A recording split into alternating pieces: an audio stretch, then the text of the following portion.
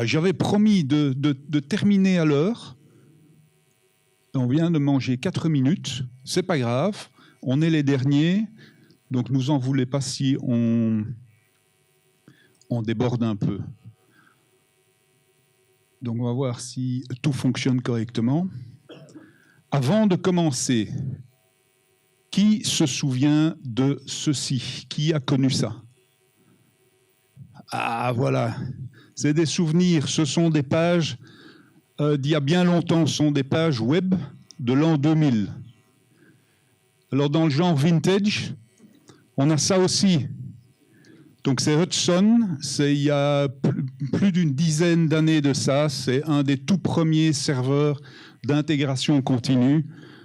C'est l'ancêtre de Jenkins. Ça, c'est une histoire que je pourrais raconter, comment Jenkins est apparu après Hudson, mais ce n'est pas le but de cette présentation-ci. Ça, c'est le nouveau Jenkins. Ça, c'est l'évolution. On passe de 10 ans à quelque chose de moderne. Ça, c'est Blue Ocean. C'est la nouvelle interface de Jenkins. Et va être le sujet de notre exposé aujourd'hui, donc de voir la rénovation qu'il y a eu dans cet outil qui est utilisé par énormément de gens. Donc, bonjour. Merci beaucoup de nous avoir accueillis ici à Mons, au DevD. Il y a pas mal de monde, peut-être un peu moins dans cette salle-ci, mais on est très content d'être là. Alors, je vais d'abord présenter mon compère, mon partner in crime, Damien Duportal. Alors, bonjour, je m'appelle Damien. Vous avez tout ce qu'il faut pour me contacter sur Internet s'il y a besoin. Comme ça, je fais un peu Web 2.0 et tout. Je suis Training Engineer chez CloudBees. Alors, je fais comme vous. Je code, je manipule des machines, des bases de données, des réseaux, des langages de programmation pour fournir des ateliers et des contenus de formation sur Jenkins et l'intégration continue. Et à mes heures perdues, je ne peux pas me croquer et je fais des choses bizarres avec des containers. Voilà. Alors, mon nom, c'est Jean-Marc Mécène. Je suis de CloudBees aussi. Je suis Customer Success Manager. Et à 7 ans de la retraite, après 28 ans de carrière chez le même employeur, j'ai réalisé que je n'étais pas trop vieux pour me lancer dans de nouvelles aventures. Et donc, il y a 1 an, j'ai changé d'employeur. Et pour rentrer dans le monde des startups, ou des plus si startups que ça. Et je remercie beaucoup mon employeur, CloudBees, d'avoir donné cette opportunité et surtout de ne pas avoir pratiqué le jeunisme, qui est un genre de racisme aussi. Vous avez en bas les indications où vous pouvez me trouver sur Internet. Et si vous cherchez bien, vous pouvez aussi me trouver dans votre surgélateur. Donc, je suis surnommé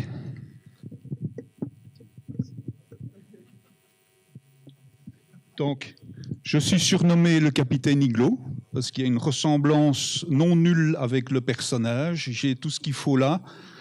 Et comme lui, j'aime bien donner et faire plaisir aux gens.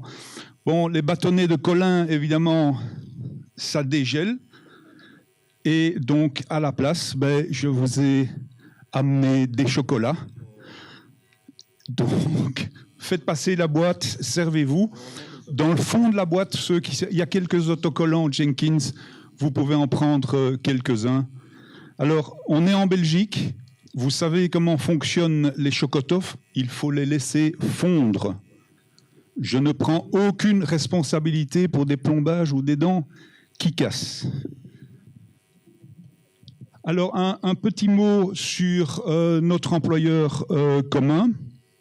Donc, CloudBees est un des sponsors principaux de Jenkins, donc de ce serveur d'intégration continue.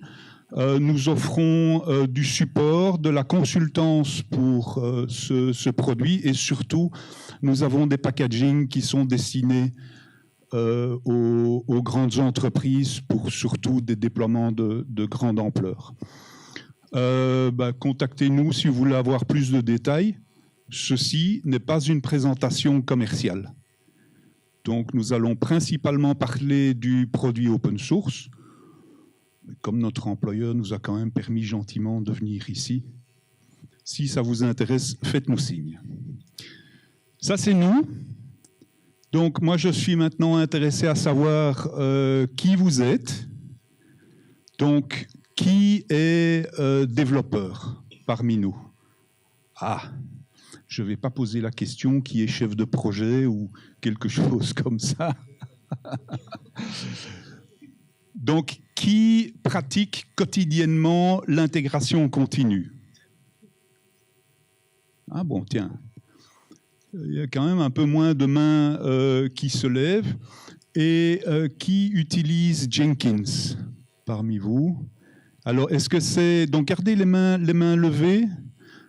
Jenkins Old School, donc 1.x, ou Jenkins nouvelle version, donc les pipelines, Blue Ocean.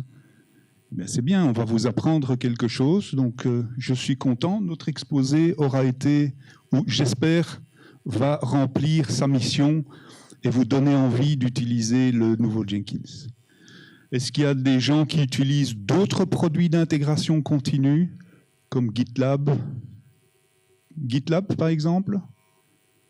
Travis? Ou éventuellement, on peut boire un verre tout à l'heure et partager un peu les expériences.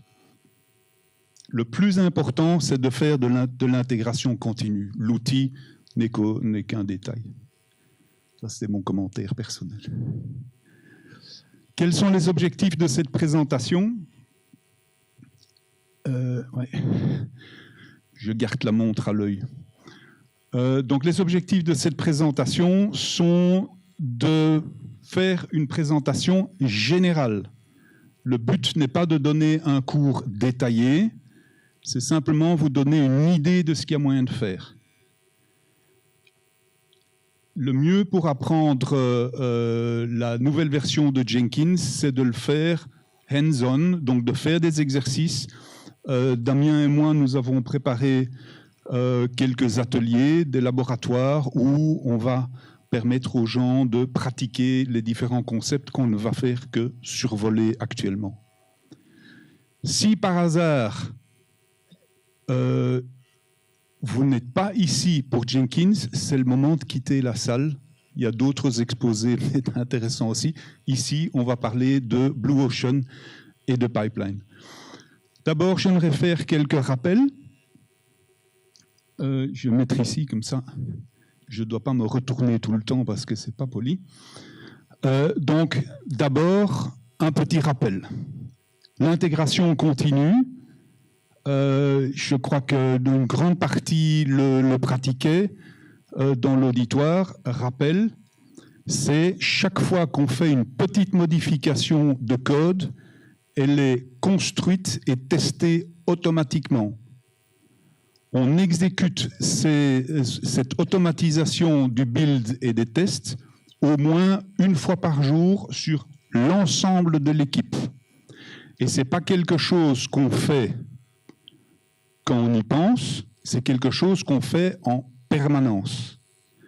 Je crois que c'est quelque chose qui est connu de la plupart d'entre vous, donc je ne vais pas aller trop dans le détail. C'est vraiment une pierre angulaire du développement software. Les derniers temps, il y a eu pas mal d'évolutions là-dedans.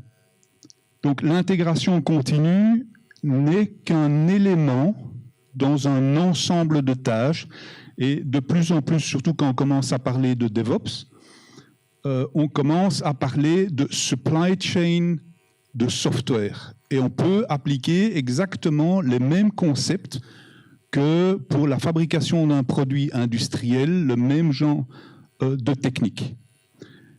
Le maître mot là-dedans, c'est automatiser le processus, contrôler, faire des boucles de feedback les plus courtes possibles. Et donc, la première chose qu'on fait après avoir mis en place une pratique d'intégration continue, c'est on va déployer automatiquement le software. C'est pour ça qu'on parle de CI et de CD. CD en anglais peut avoir deux déclinaisons. La première, c'est Continuous Delivery, c'est-à-dire qu'on va avoir une rupture de charge dans l'automatisme, c'est qu'on va mettre le software à disposition quelque part, et c'est un être humain qui va ensuite procéder à la mise en place dans un environnement de production. Donc on livre le software. Quand on a plus de maturité, quand on a plus confiance dans son processus, là, on passe au continuous deployment et on arrive dans une vélocité beaucoup plus grande dans les cycles de développement, test, mise en production. Et les grands noms arrivent à le faire très très rapidement et ça donne d'excellents résultats. Chaque chose en son temps. On va parler beaucoup de continuous delivery. Ce sont des choses qui se mettent en place progressivement, n'ayez pas peur. Ce que je veux simplement vous attirer votre attention dessus, c'est qu'on essaye d'apprendre des processus industriels de fabrication de produits. On construit des enchaînements de tâches, comme on l'a vu avec le déploiement ou la livraison automatique. Et un procédé qui est utilisé régulièrement, c'est de voir l'enchaînement de ces tâches comme étant un pipeline de morceaux raccordés les uns avec les autres. Et on regarde où ce pipeline fuit. Chaque fuite dans un processus industriel de cet ordre-là, c'est une perte d'argent. Et donc, on doit regarder de plus en plus tout son processus de construction software comme un pipeline. Et c'est un terme qui revient régulièrement. Je ne vais pas le développer plus, ce serait l'objet d'une présentation ou d'une discussion à part. Je voulais aborder ceci, surtout pour vous expliquer d'où vient ce terme pipeline. Retenez, c'est un enchaînement de tâches sur lesquelles on doit avoir des boucles de feedback les plus rapides possibles. Jenkins, à la fin. Donc, Jenkins est un logiciel open source qui a son âge. Il a presque 12 ans. Je devrais même revoir les dates exactes. Donc, il a accumulé pas mal d'expérience. C'est principalement un orchestrateur de tâches. Il va lui demander d'exécuter ceci, cela. Et il est construit autour de plugins. Donc, en fait, il va orchestrer et exécuter des tâches qui sont définies ou mises en œuvre sous forme de plugins. Alors, il y a une quantité phénoménale de plugins dans l'écosystème, des très célèbres et d'autres pour des intégrations avec des produits tout à fait obscurs. C'est aussi quelque part un peu son défaut, parce que tous les plugins ne sont pas égaux entre eux et certains ont tendance à se marcher sur les pieds. Mais ça reste une de ses forces fondamentales. Jenkins a été pendant très longtemps bloqué à une version 1.x. Je ne sais plus quelle a été la dernière version 1.x, je crois que ça a été 1.70 quelque chose, ou dans cet ordre-là. Et puis on est passé à la version 2, et dès la version 2, on a dit on fait table rase, on fait quelque chose de moderne, et le projet Jenkins a sorti Blue Ocean, qui est donc la nouvelle interface graphique, qui permet de supporter le nouveau concept qui est franchement moderne, qui est celui de pipeline, d'enchaînement de petites tâches. Donc ça permet d'une part la visualisation et la manipulation de ces pipelines qu'on va détailler. C'est une interface graphique résolument moderne et qui se concentre et qui aide l'utilisateur à se concentrer sur les choses essentielles. La vieille interface, c'est un tableau de bord jumbo jet avec plein d'informations, plein d'options et plein de choses qu'on pouvait manipuler. Blue Ocean va mettre en évidence les choses essentielles, les éléments qu'on a besoin quotidiennement. On le verra au fur et à mesure des explications et des démonstrations qu'on va donner. Comme je l'ai déjà introduit plusieurs fois dans le début de cette présentation, les pipelines sont un outil qui va permettre de définir un flux, un enchaînement de tâches qui vont vous permettre de faire de l'intégration continue ou du déploiement continu. Une chose importante, ce n'est pas un outil de création de job. Donc il y avait un produit qui a été une tentative intéressante, mais qui n'a pas abouti. C'est celle de ce qu'on appelle le Job DSL, qui est en fait une machine qui va permettre de créer à la volée une vingtaine ou une trentaine de jobs différents qu'on enchaîne. C'est intéressant, mais ça s'est avéré comme étant quelque chose un cul-de-sac, de le dire. Donc le pipeline est une solution tout à fait différente. Alors quels sont les avantages du pipeline? Qu'est-ce qui a été mis en œuvre dans les designs de cette application? Il me perturbe, le jeune homme là avec son appareil photo. Non, c'est moi qui ne devrais pas me préoccuper de ça, parce que je perds mon fil alors. Donc les avantages, c'est qu'il a été construit dans le début, depuis le début, lorsque le serveur principal s'arrête, qu'on le redémarre, donc les crashs font partie de la vie de tous les jours de ce genre de système, il redémarre, il va reprendre le pipeline là où il s'est arrêté. Donc on va voir, il y a des checkpoints dans les pipelines qui permettent de redémarrer.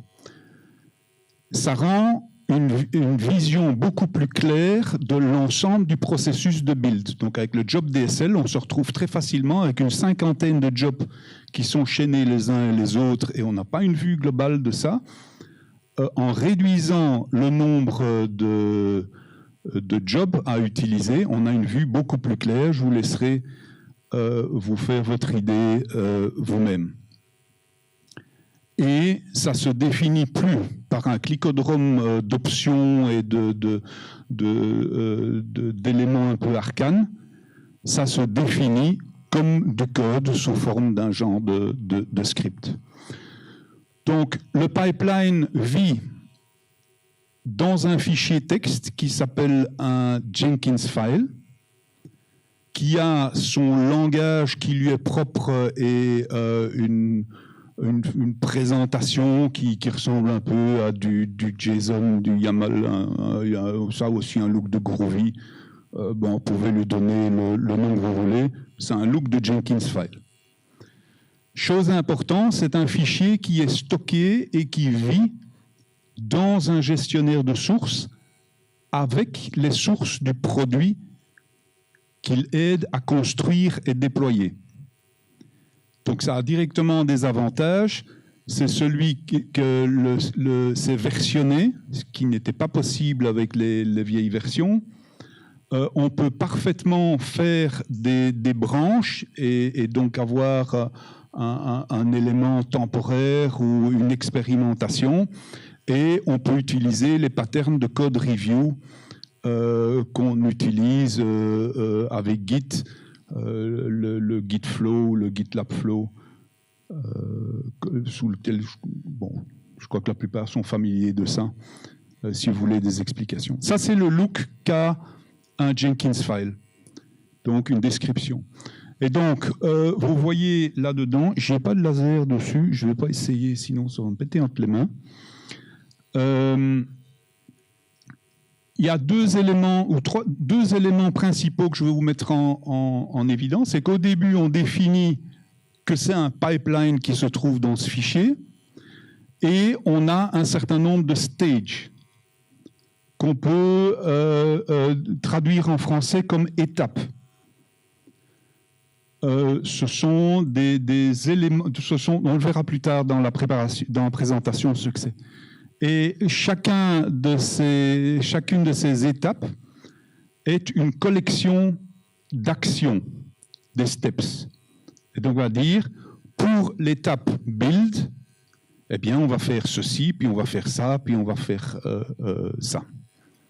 Donc ça c'est le principe d'un Jenkins file. Je crois que le plus simple, c'est de se faire une idée in situ et d'essayer de... Je vais essayer de te mettre ça ici, comme ça. 1, 2, 1, 2, c'est bon? Alors, c'est bon au fond?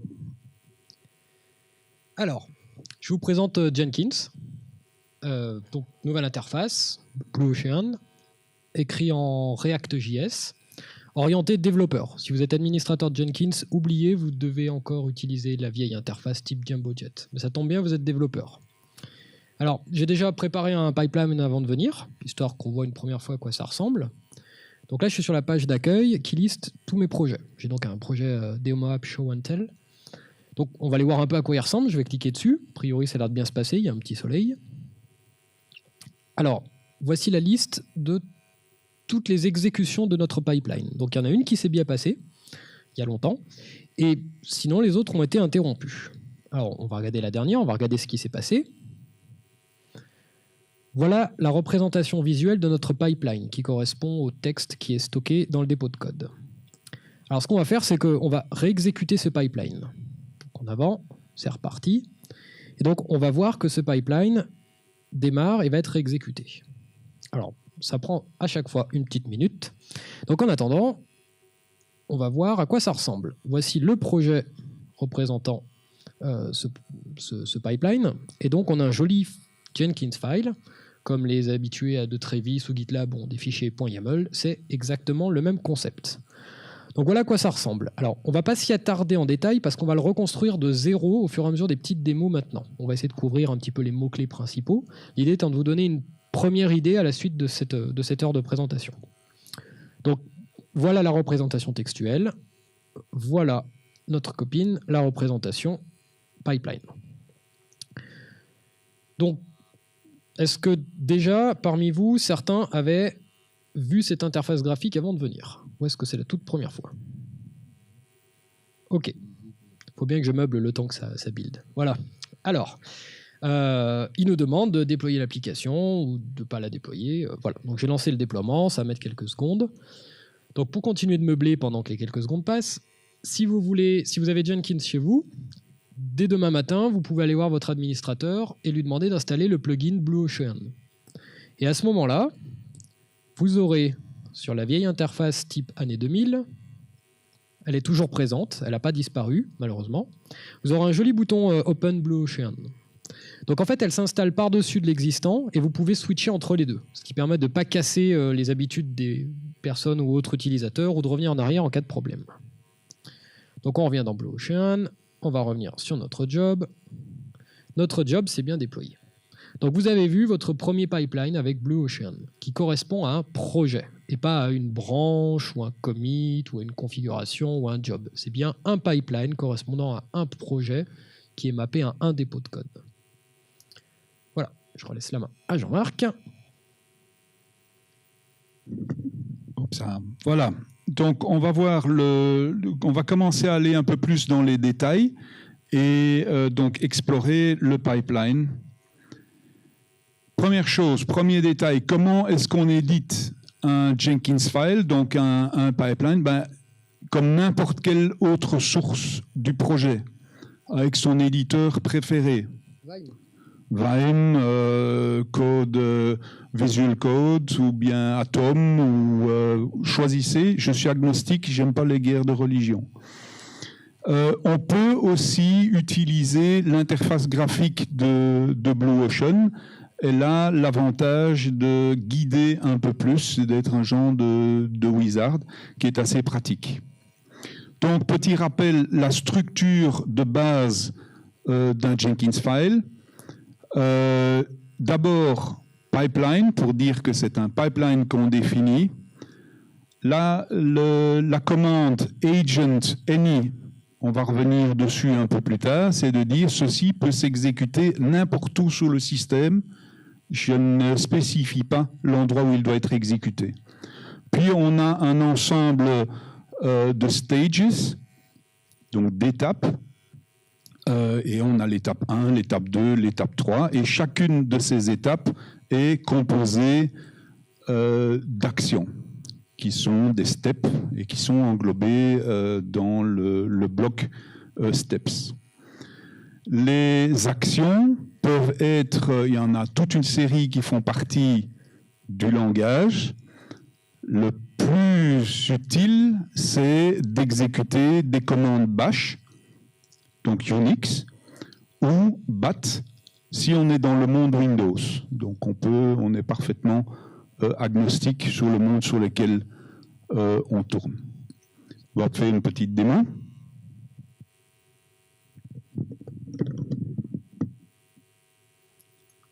Alors, revenons à notre point de départ. Donc, je vous ai montré une démo bien préparée, j'ai triché, parce que la démo, elle tournait, je l'ai préparée avant. Ce qu'on va faire maintenant, c'est qu'on va construire la même chose. Donc, j'ai un deuxième dépôt de code qui est présent localement sur ma machine, qui s'appelle Demo App, et qui n'a pas de Jenkins file. Donc, je prends n'importe lequel de vos projets, et ce projet, on va faire le pipeline de zéro en utilisant les facilités fournies par Blue Ocean et Jenkins ensemble.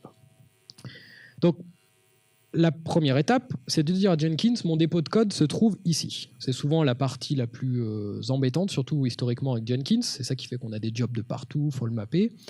Alors, Blue Ocean cache plein de plugins derrière qui vont un peu nous faciliter la vie. Donc, en avant-marche, j'ai un nouveau projet. Je crée un nouveau pipeline. Question numéro 1, où se trouve mon code source? Donc, en l'occurrence, c'est un dépôt Git local. Donc, on supporte évidemment des fournisseurs spécifiques comme GitHub, Bitbucket. GitLab fonctionne en mode Git, ça va bientôt être intégré. L'avantage de ne pas utiliser du Git basique, Git clone, mais d'utiliser les API de GitHub, Bitbucket, c'est que ça fait de l'auto-discovery. GitHub, par exemple, va pointer vers votre organisation et il va créer un pipeline pour chacun de vos projets avec la gestion des branches automatique. Vous n'avez rien à faire, juste à rentrer une API, un token et vous êtes tranquille, vous n'avez plus d'administration. Pour Git, on est un degré en dessous. Il ne va pas lister tous mes projets, je lui pointe un projet, par contre après il va se débrouiller avec les branches, les pull requests et tout le reste. On le fait une seule fois. En l'occurrence, là où je triche un peu, le support de Git ne se fait correctement qu'avec SSH. D'ailleurs, si vous faites Git par HTTP, vous devriez passer SSH pour plein de bonnes raisons dont on peut parler autour d'une bière. Donc, si vous avez des problèmes avec votre proxy corporate, ça c'est une bonne excuse. Donc, je récupère l'adresse de mon dépôt, je la copie et je vais la coller. Hop. Donc, notre copain Blue Ocean va nous dire hey, c'est du SSH, il faut que j'ai le droit d'y accéder, il y a du contrôle d'accès quand même par défaut, sécurité par défaut, entre guillemets. Donc, il génère une clé privée qui est encodée dans Jenkins, donc on ne la voit pas passer, et il nous dit autoriser l'accès avec cette clé publique. Donc, je l'ai déjà entrée en avance pour ne pas perdre de temps. Donc Jenkins a le droit, grâce à cette clé, de s'authentifier et d'accéder à notre code en lecture et en écriture en tant que Jenkins. Ce qui va lui permettre de compiler l'application et de faire plein d'autres choses. Donc on crée notre pipeline, il va réfléchir un peu, et voilà, on a un job créé qui est capable d'analyser toutes les branches, et il se trouve qu'il n'a trouvé aucun Jenkins file.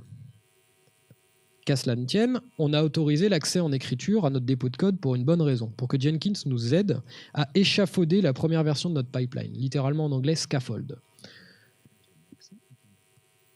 Donc l'idée de base, c'est de dire, peut-être que vous êtes spécialiste et que vous avez appris la DSL, oui, si vous travaillez sous GitLab CI, vous connaissez déjà tous les éléments du YAML, mais en général, ce qui se passe quand vous en créez dans un nouveau projet, vous allez regarder la documentation, vous allez prendre le tutoriel, vous allez le copier-coller, puis vous allez commencer à builder ou reprendre un projet, ou alors vous avez un collègue qui a fait un template generator, alors vous tapez une commande, puis ça régénère automatiquement, ou vous utilisez GitLab correctement, ou Travis correctement, puis vous avez des templates par projet. Et ben, dans le monde de Jenkins, vous avez un éditeur graphique qui va générer la base et après vous n'aurez plus qu'à remplir. D'où le terme scaffolding, on va échafauder tout ça. Donc en avant, on va faire ce que tout développeur fait de manière assez standard. On va construire notre application Donc, on a une phase build, on a une phase test, bah oui, il faut tester quand même, il faut prouver que ce qu'on a fait ne marche pas, et une phase de déploiement. Bah oui, il faut vraiment livrer un truc qui ne marche pas à tout le monde, sinon ça ne sert à rien. Donc, pour commencer la première itération, on va juste afficher une petite chaîne de texte pour chacune de ces étapes. Puis après, on va itérer et on va faire des choses utiles. Donc en avant-marche, je clique sur la phase build et Jenkins, il a plein de plugins installés, alors il nous propose plein de choses. Donc on va chercher print message. Et on va donc afficher building avec 3 petits points. Donc j'ai la stage build qui a une seule step, print message building. Donc je réitère un peu plus rapidement. Je vais print message testing pour la phase test. Et même chose pour deploy. Le pipeline le plus utile du monde. Voilà, donc j'ai généré graphiquement mon pipeline. J'ai un gros bouton save qui ne demande qu'à être cliqué en avant. Et que nous propose Jenkins? Jenkins va nous proposer de committer automatiquement pour nous. Alors on va mettre un petit message parce qu'on aime bien mettre des messages marrants avec les copains. Salut Mons, notre premier pipeline avec Blue Ocean. Notez qu'on peut committer sur la branche master ou créer une nouvelle branche. Oui, si vous utilisez des Gitflow, GitHubFlow, GitLabFlow, peu importe la déclinaison, vous avez le concept de branche avec des versions du code isolées où une action avant le merge est requise, de revue de code, avec éventuellement des tests et des checks, avant d'intégrer dans la branche principale de développement. Bon, bah moi, je suis né dans les années 80, je suis pas vieux, mais dans les années 80, on faisait pas ça. On committait directement sur master. C'est ce qu'on va faire. Donc ça commit notre fichier et ça va démarrer le premier build pour nous automatiquement. Donc à quoi ça ressemble? Je recharge la page côté dépôt de code. Un Jenkins file est apparu avec notre petit message sympa. À quoi ça ressemble? C'est là que le détail arrive. Donc, comme on a vu tout à l'heure, la structure standard, on commence à avoir compris qu'on écrit pipeline. Le agent, on va détailler un petit peu. Pour le moment, ça fonctionne sur chacun des éléments de notre infrastructure Jenkins. On a 3 grosses étapes, build, test et deploy. Et donc chaque étape a une seule action exécutée, afficher une chaîne de texte. C'est inutile au possible, mais on a fait notre première itération, on a un minimum viable product. On va pouvoir itérer, commencer à créer un peu plus de valeur. Je reviens dans Jenkins. Donc on est sur le projet démo app, et on a eu un premier build qui est apparu. Notez qu'on est dans la branch activity. On a la connaissance des branches, il se trouve que j'ai qu'une seule branche, donc je n'ai qu'une ligne. On va aller dans les détails. Ouais, super. Comme vous y attendiez, c'est ouvert, on a affiché 3 chaînes de texte. Donc maintenant, on va vouloir exécuter des commandes. Alors, en avant. Je vais le monter juste après. Donc en avant-marche, je vais éditer ce pipeline directement. Donc Jenkins va loader le pipeline directement. Et en avant, on va exécuter. Alors, qu'est-ce qu'on va exécuter? Vous n'avez pas à vous poser de questions. Il se trouve que là, c'est une appli Maven Java. Je veux pas de chapelle. Il y a 15 millions d'outils et de langages de programmation.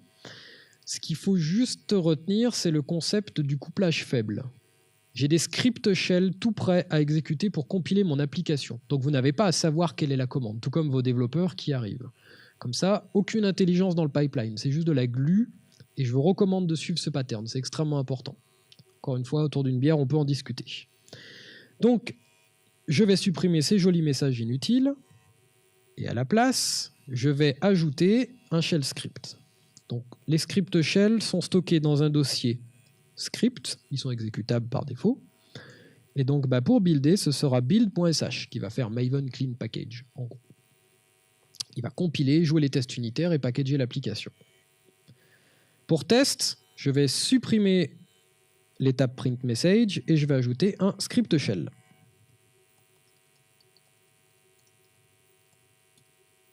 Et même chose pour deploy. Je fais un petit peu plus vite pour le dernier, histoire qu'on fasse des trucs un peu plus intéressants. Évidemment, j'ai cliqué à côté. 3 fois. Il va y arriver.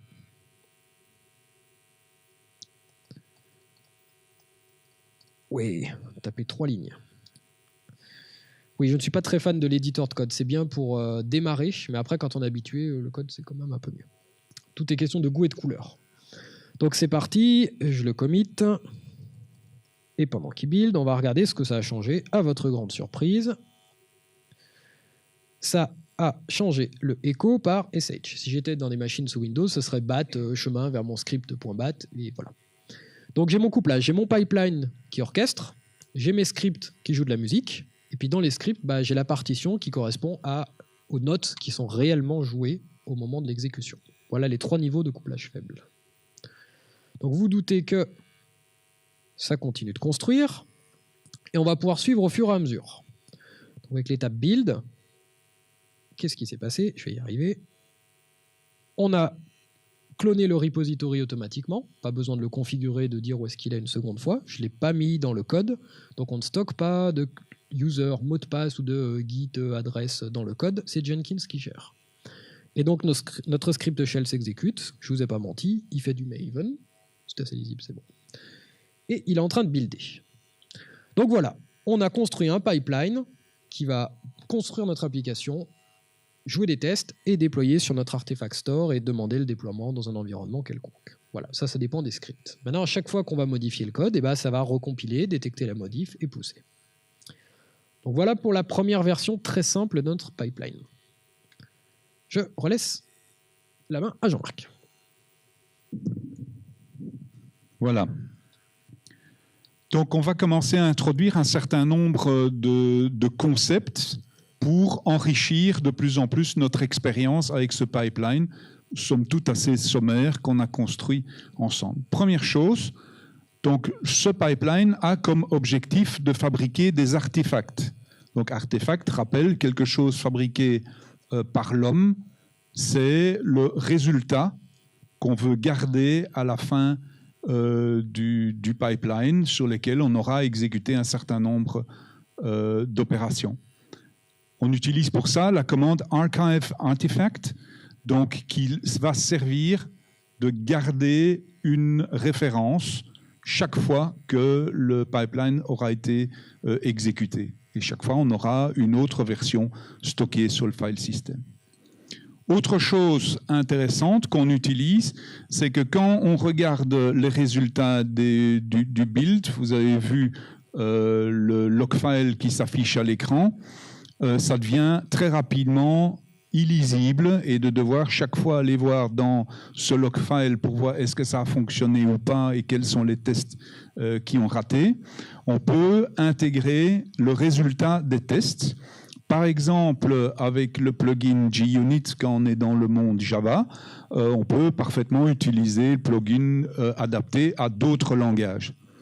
La seule chose, c'est que les outputs, donc les résultats de ces séquences de tests, doivent être formatés dans un fichier XML de telle sorte qu'ils vont pouvoir être affichés dans l'interface BlueOcean.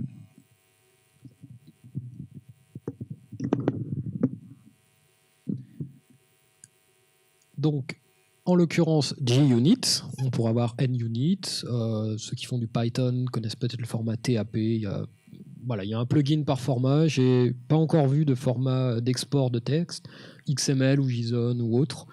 Il y a tous les trucs du monde JavaScript, vous avez ce que vous voulez. Donc, en l'occurrence, dans notre pipeline, il se trouve que les tests ont failé, les tests d'intégration. Vous ne le voyez pas ici. J'ai triché parce que je n'ai pas envie que le fait qu'un test fail bloque le déploiement de l'application dans mon environnement de recettes. Donc, comment être sûr qu'il y a quand même quelque chose qui ne va pas bien? Si on fait un échec complet, ce qui sera le cas avec des tests unitaires par exemple, ça serait tout rouge et ça ne fonctionnerait pas. Donc, ce qu'on va faire, c'est qu'on va mettre en place un système où on va garder le jar généré et on va jouer sur l'état et publier les résultats de test. Ainsi, un développeur pourra identifier immédiatement quel test a failé, plutôt que de chercher dans cet immonde tas de logs complètement illisible. On va directement chercher le test qui a failé. On va, si on le souhaite, récupérer l'artefact qui a été buildé pour ne pas avoir à le rebuilder soi-même et pouvoir tester et identifier quel est le problème.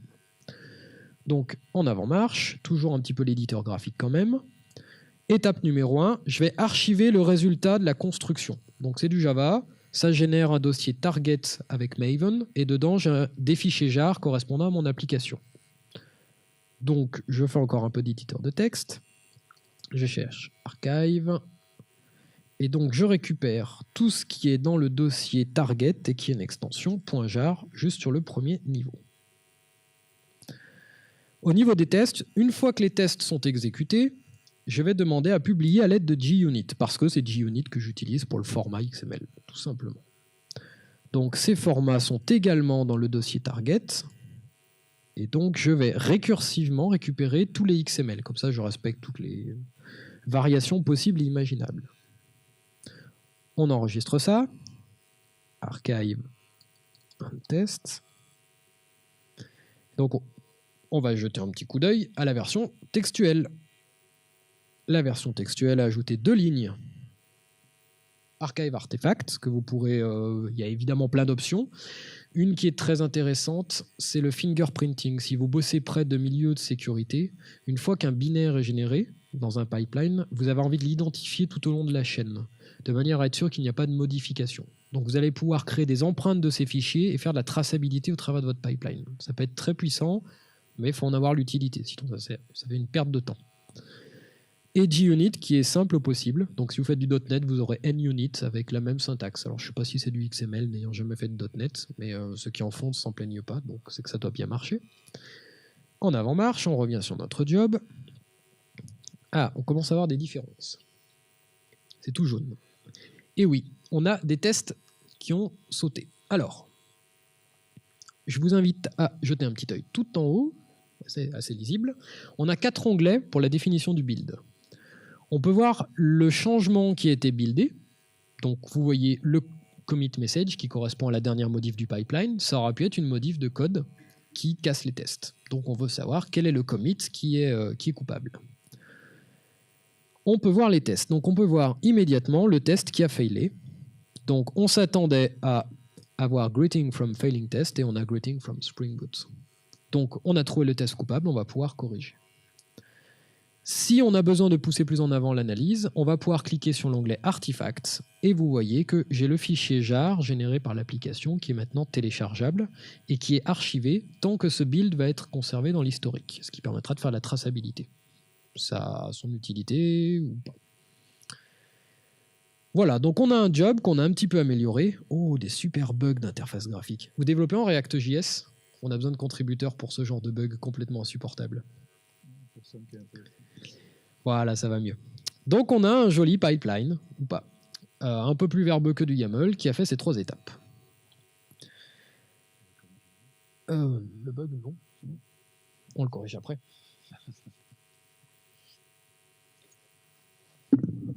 Alors, un autre concept tout à fait intéressant là-dedans, pour l'instant, on a vu l'enchaînement des tâches, on a vu comment afficher les tests.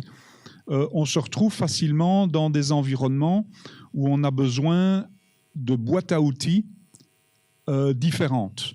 Parce qu'on a une partie qui va être exécutée avec tel JDK ou avec tel JVM, où on veut utiliser un Go, par exemple, pour compiler telle ou telle librairie. On a la possibilité d'assembler ces outils sous forme d'agents.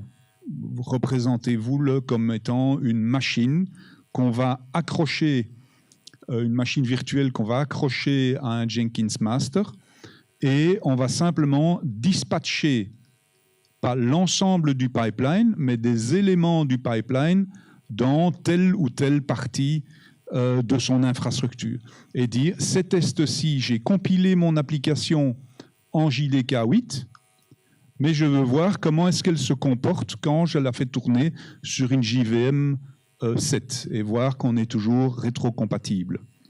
Et donc, on a la possibilité de dispatcher. Ça se fait, donc définir l'agent qu'on veut utiliser peut se faire au niveau du pipeline complet ou bien stage par stage. Une chose importante à retenir, c'est que comme maintenant on va distribuer les tâches parmi les différents agents, on ne peut plus, comme dans les vieilles versions de Jenkins, se baser uniquement sur le workspace. Comme c'est tout à fait mobile, on va devoir passer d'étape en étape les éléments qu'on a besoin. Et pour ça, on utilise la commande stash et unstash. Troisième commande intéressante, c'est qu'on peut très facilement paralléliser des tâches et attendre que les tâches se soient terminées correctement avant de continuer. Donc, dans les exemples qu'on a entrevus jusqu'à présent et qu'on verra probablement un peu plus en détail, on peut décider de faire tourner en parallèle les tests d'intégration sur un JDK 8 et les tests d'intégration sur un JDK ou sur une JVM 7. On peut parfaitement le faire en parallèle. La même chose pourrait être faite si on veut tester l'application sur Chrome, sur Firefox ou sur Safari, et avec des versions différentes. Tout ça peut être tourné en parallèle. Si l'un de ces tests ou une de ces étapes devait rater, on arrête l'ensemble du pipeline.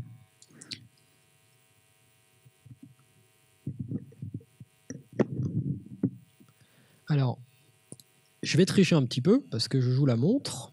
J'ai une feuille de pompe pour ce pipeline-là. Alors, je vais le lancer, puis on va le regarder ensemble. Alors, en avant-marche, j'édite mon code dans l'éditeur Blue Ocean. Alors, j'ai un raccourci clavier secret, c'est-à-dire commande S ou CTRL S, qui nous montre la représentation textuelle. Donc, je peux copier-coller mon contenu, mettre à jour, la représentation graphique est mise à jour, et linter, avec des indications si j'ai fait une erreur. C'est une feuille de pompe, elle est prête, donc il n'y a pas d'erreur. Et c'est parti, parallèle. Et donc, pendant que ça build, parce qu'il faut télécharger la terre entière, Maven, c'est comme Node, comme tous les langages qui ont des dépendances. Une feuille de pompe, c'est un copion. Ah oui, désolé, ma francophonitude a encore frappé. Alors voilà à quoi ressemble mon copion. Je définis pour chaque étape la machine sur laquelle ça va fonctionner. En l'occurrence, j'ai des machines toutes prêtes, donc j'ai besoin de Maven et de Java 8 pour compiler l'application. Donc j'ai très simple, hein, j'ai une machine démarrée, Jenkins y est connecté, et je dis cette étape, mais uniquement cette étape, va être exécutée ici. Notez qu'étant un fou de Docker, je vous recommande d'utiliser Docker parce que comme ça, vous mettez juste des machines avec Docker installées, c'est un paquet, et vous pouvez scaler horizontalement votre capacité de build. C'est le même fonctionnement dans GitLab, si vous devez héberger votre CI.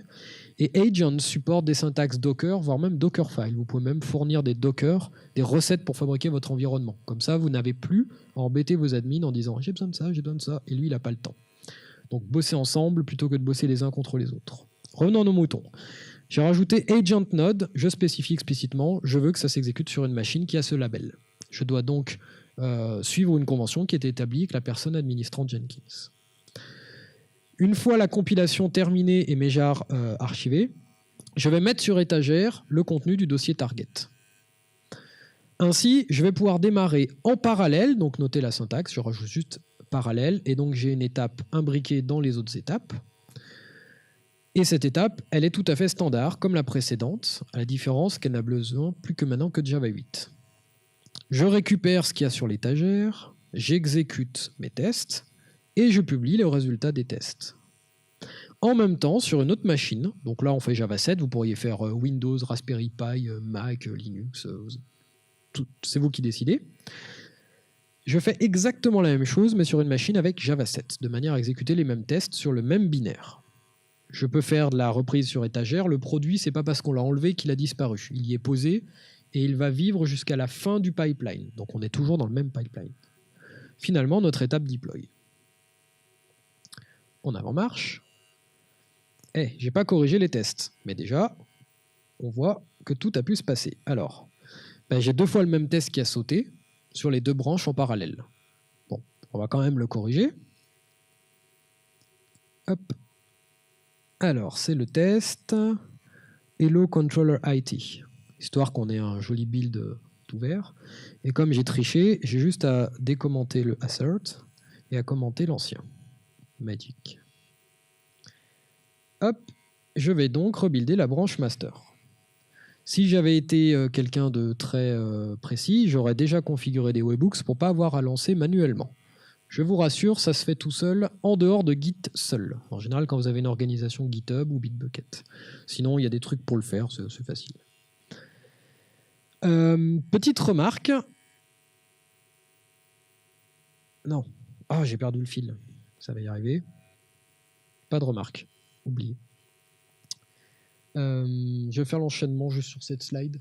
Comme ça, je ne les fais pas trop attendre. Parce que la dernière petite démo qu'on va vous présenter, c'est le Interactive Input. On fait du Continuous Delivery. On a besoin d'une étape manuelle. Alors, quand on dit une étape manuelle avant la mise en production, ça veut juste dire un humain qui dit oui ou non, qui appuie sur un bouton. Le reste, vous pouvez l'automatiser, c'est pas un problème. Donc, on en refait une. On va demander avant le déploiement, comme tout se passe bien, que nos tests sont corrigés, j'étais un bon développeur, faut demander l'avis de super chef de projet, parce que c'est quand même lui qui décide, notre dictatorial chef de projet, qui vient dans le bureau et dit oui ou non. C'est lui qui se fait engueuler, alors on le comprend. Alors, en avant-marche, même combat, je prends ma feuille de pompe, je colle, j'update, et vous voyez l'apparition d'une nouvelle étape, qui est un input qui nous demande notre avis. C'est conditionnel. Si on clique sur le bouton oui, et ben ça continue, sinon ça arrête le pipeline. Donc c'est reparti. Donc la différence avec tout à l'heure, c'est simplement ce petit mot-clé. Donc il y a plein de sucre syntaxique autour. On peut rajouter des timeouts pour dire t'attends 10 minutes sinon tu t'arrêtes, ou tu réessayes 3 fois, ou tu n'acceptes l'input que d'un groupe défini dans ton Jenkins qui est le groupe des grands big boss de la boîte parce que c'est la mise en production et que c'est eux qui vont transpirer, ou c'est que les admins qui ont le droit. Il y a une liste longue comme le bras. Vous pouvez mettre en place des workflows. Il y en a même un peu trop, je trouve. Mais voilà, vous pouvez imaginer des choses un peu plus complètes. Vous pouvez, c'est celui qui n'a pas soumis la modification de code. C'est tout à fait possible. Donc en avant. Est-ce que l'on déploie? Alors levez la main pour déployer. Levez... Qui déploie? On fait du blockchain-based delivery. Ok. Il y a beaucoup de chefs de projet quand même. Levez la main pour ceux qui ne veulent pas déployer. Et levez la main si vous n'aviez pas levé la main. C'est pour ceux qui dorment au fond. Désolé, on traîne. Allez, en avant, on déploie. De toute façon, c'est moi le chef de projet, c'est moi qui décide, je m'en fous de votre avis en fait. Voilà. Ça, c'était pour les petites démos. Donc, on a construit un pipeline complet qui est en train de déployer sur notre store. C'est délivré. On va attendre la fin du petit bug de refresh de React.js. Et on va avoir un truc vert dans pas longtemps, sauf si je rafraîchis à la main et que je triche. Voilà. Tadam. Alors, c'est une version simple. Mais déjà, on a commencé à faire quelque chose d'utile en 3 coups de cuillère à peau. Il y a beaucoup d'autres commandes. On va s'arrêter là parce que ça fait 1 heure et c'est déjà pas mal. Avoir en tête, vous pouvez gérer des variables d'environnement. Vous avez la gestion complète des credentials. Alors, pas la gestion, l'utilisation. Donc, votre admin a configuré les tokens d'API de je ne sais pas quel web service que vous utilisez dans votre pipeline. Vous pouvez les utiliser, ils n'apparaîtront jamais, ils sont encryptés de manière à respecter les chaînes de sécurité. Vous pouvez faire des paramètres avec des valeurs par défaut. Donc, quand vous lancez le job ou qu'il est lancé par un webhooks, il a la valeur par défaut. Et il y a un pop-up qui peut apparaître sur un lancement manuel disant « vous voulez pas changer la valeur ou choisissez un menu déroulant ?» Et après, vous utilisez la variable ainsi créée. Dans les cas un peu plus compliqués, on a les stage conditional. Par exemple, le déploiement, le approval pourrait n'arriver que sur la branche master. Ça ne sert à rien sur des branches de travail d'aller déployer si vous n'avez pas d'environnement disposable ou déployé. Les sections dites post associées aux notifications sont les plus importantes. Comment est-ce qu'on sait si le build a cassé? Il faut envoyer un email ou jeter un truc dans un chatbot qui va vous parler sur votre Slack Mattermost. Donc vous avez tout le nécessaire en fonction de l'état du build pour déclencher des événements sans influencer le fonctionnement du build. Le build se passe bien, vous allez pouvoir publier du HTML. Si vous ne pouvez pas publier le HTML, le build est quand même green, mais vous avez eu cet événement. Vous pouvez envoyer un email quand ça change. Si on passe de vert à rouge, de rouge à jaune, ou que ça revient à vert pour prévenir l'équipe. Ensuite, ça dépend des plugins, donc vous avez une liste longue comme ça. Vous pouvez aussi exécuter des actions dans tous les cas. Même si votre build casse, vous allez nettoyer parce que sinon l'admin, il va venir crier parce qu'il n'y a plus de place dans les disques des machines partagées. Donc on continue comme ça, il y en a un paquet. Je veux terminer sur cette dernière qui est extrêmement importante parce que pour moi, Jenkins, il a beaucoup de défauts. Je suis un gros fervent utilisateur de GitLab, même si je bosse pour CloudBees, je ne vais pas mentir. S'il y a un point fort à retenir de Jenkins, quand vous êtes dans une situation, donc ça ne concerne peut-être pas tout le monde, mais quand vous êtes dans une situation d'avoir de plus en plus de projets qui vont utiliser votre outil d'intégration continue, vous avez le problème de la répétition de code, parce que finalement c'est des morceaux de code, que ce soit le YAML de Travis ou le Jenkins file. Donc vous pouvez générer un template, comme le font Travis ou GitLab, mais le template c'est initialement. Si vous voulez pousser une mise à jour, si finalement, la 10e ligne finalement c'est pas JUnit, ça sera maintenant KUnit, voilà. Vous allez devoir aller tapoter sur l'épaule de tous vos projets et dire les gars, il va falloir peut-être se mettre à jour. Donc ça va leur prendre du temps, il va falloir qu'ils puissent le faire, vous n'êtes pas garanti d'avoir la main. Donc ce genre de besoin arrive quand on commence à répéter beaucoup de projets ou à scaler horizontalement le nombre de projets ou le nombre d'équipes. Alors vous pouvez fabriquer vous-même votre propre dépôt qui est cloné, mais vous allez devoir passer du temps à maintenir ça. Et si vous êtes capable de faire ça, votre énergie et votre intelligence sont employées à d'autres choses beaucoup plus valorisables que automatiser 3 scripts. Et Jenkins, il fournit ce mécanisme de librairie. Le concept, c'est un dépôt de code avec des morceaux de pipeline réutilisables sous forme de fonctions. Vos admin paramètres, vous pouvez les combiner. Et donc, comme vous le voyez sur le petit snippet de code, on charge cette librairie depuis un dépôt de code et on exécute la fonction company corporate build. Le gros avantage, c'est que vous n'êtes pas obligé de le faire. Vous l'avez par défaut, ce qui vous permet de démarrer rapidement. Une nouvelle équipe arrive, elle démarre, vous pouvez pousser des mises à jour efficacement. Mais vous avez toujours une équipe qui va faire un peu à sa tête ou qui n'aura pas le temps ou qui aura vu un bug et qui a besoin de le corriger. Et bien là, au lieu de bosser contre les personnes qui maintiennent Jenkins, ce qui va juste vous monter les équipes les unes contre les autres, vous êtes dans la même boîte, ça ne sert à rien de se battre, vous allez pouvoir les aider. Vous allez créer une branche, vous allez corriger dans votre pipeline, vous proposez la modification. Dès que la modification est intégrée par vos admins qui ont juste à la reviewer et à la valider, au lieu de la faire de zéro, vous revenez à l'ancienne valeur et vous pouvez itérer de cette manière-là. Vous travaillez ensemble et pas les uns contre les autres. Pour moi, cette fonctionnalité serait une raison de rester ou d'aller sur Jenkins. Il y a d'autres fonctionnalités qui diraient ne pas l'utiliser, mais celle-là est un des points forts de l'outil. C'est pour ça que je voulais insister sur cet élément-là. Voilà, je repasse le micro pour les conclusions. Voilà, donc on est arrivé à la fin de cette journée et de cet exposé. Donc, d'une part, on a parcouru, on vous a donné une idée de ce que le produit proposait, on vous a guidé, il y a beaucoup de choses dedans. Je crois que ce qu'il faut retenir au bout de cette heure, c'est que c'est quand même une modification fondamentale. On rentre maintenant dans une nouvelle génération qui est toute l'ouverture du DevOps et donc la value chain complète. On ne se concentre plus uniquement sur le monde du développeur, on le voit d'une manière globale. C'est vraiment un outil à regarder de près, surtout cette génération-là, si vous voulez commencer les changements culturels liés au DevOps. Et l'exemple que Damien a donné juste avant des librairies est le meilleur exemple de ça. C'est donc d'abattre les différentes cloisons qu'il y a entre les silos, les gens qui installent dans les environnements de recettes, etc., de faire en sorte qu'un développeur puisse proposer une amélioration dans ce processus-là, ou pour les gens des opérations, d'avoir une meilleure compréhension des processus. Et donc, on est passé en 10 ans d'un monde relativement ancien où on n'avait pas encore inventé le smartphone à quelque chose de résolument moderne et qui ouvre la porte à des choses passionnantes. Et je suis content de pouvoir accompagner ce genre de choses. Je vous remercie beaucoup pour votre attention, surtout en fin de journée. Si vous avez des questions, vous êtes les bienvenus. Sinon, je crois qu'il y a un point. Est-ce que quelqu'un a des questions? On va faire. Oui, on a vu plutôt que c'était un plugin sur Jenkins. Et ici, on parle d'une Jenkins V2. Le plugin... Très bon point.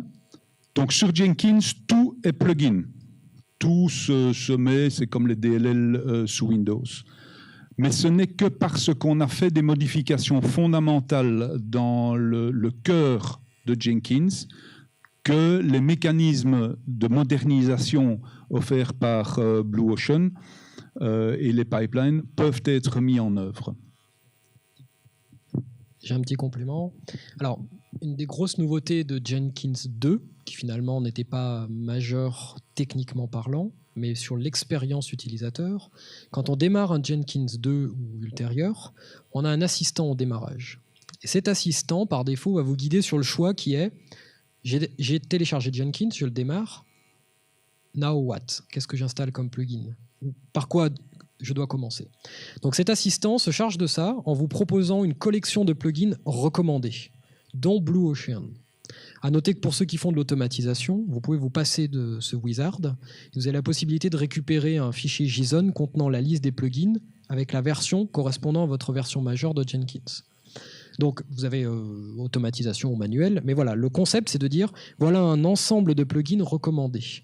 Vous avez beaucoup de choix, vous avez peut-être des choix spécifiques, mais finalement, vous n'êtes pas, à moins d'être Google, et encore que certaines entités de Google qui font Borg, vous n'avez pas vraiment de cas spécifiques. Donc, en fait, il y a déjà des gens qui ont les mêmes problèmes que vous. Donc, commencez avec ce que d'autres avec la même topologie de travail que vous ont, et puis après, itérez quand vous aurez le besoin spécifique qui pourra se montrer. Mais ce concept de plugin, Blue Ocean en est un.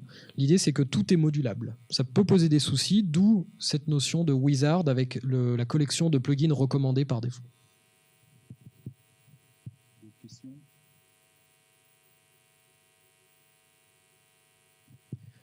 Alors, juste un petit feedback. Levez la main si vous avez appris quelque chose aujourd'hui.